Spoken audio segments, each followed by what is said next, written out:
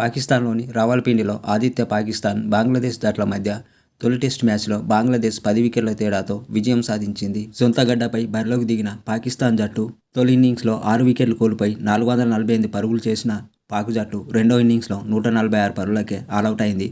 దీంతో బంగ్లా జట్టుకు కేవలం 30 పరుగుల లక్ష్యాన్ని అందించింది.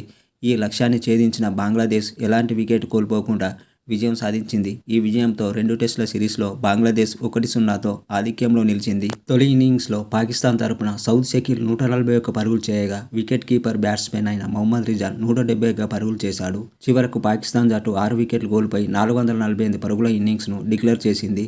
బంగ్లాదేశ్ తొలి ఇన్నింగ్స్ను ప్రారంభించిన ముష్ఫికర్ రహీం 191 పరుగులు చేశాడు. మొమినుల్ హక్, లిటన్ దాస్, మెహదీ హసన్ మిరాజ్ తలలో హాఫ్ సెంచరీలు చేశారు. దీంతో బంగ్లాదేశ్ జట్టు 565 పరుగులకు ఆలౌట్ అయి తొలి ఇన్నింగ్స్లో 117 పరుగుల ఆధిక్యం సాధించింది. రెండో ఇన్నింగ్స్లో రిజ్వాన్ హాఫ్ సెంచరీతో పాక్ ఇన్నింగ్స్లో రాణించగా మిగతా వారందరూ చెప్పుకోదగ్గ స్కోర్ చేయలేకపోయారు. చివరకు ఆ జట్టు 146 పరుగులకే ఆలౌట్ అయి బంగ్లాదేశ్ జట్టుకు 30 పరుగుల లక్ష్యాన్ని అందించింది.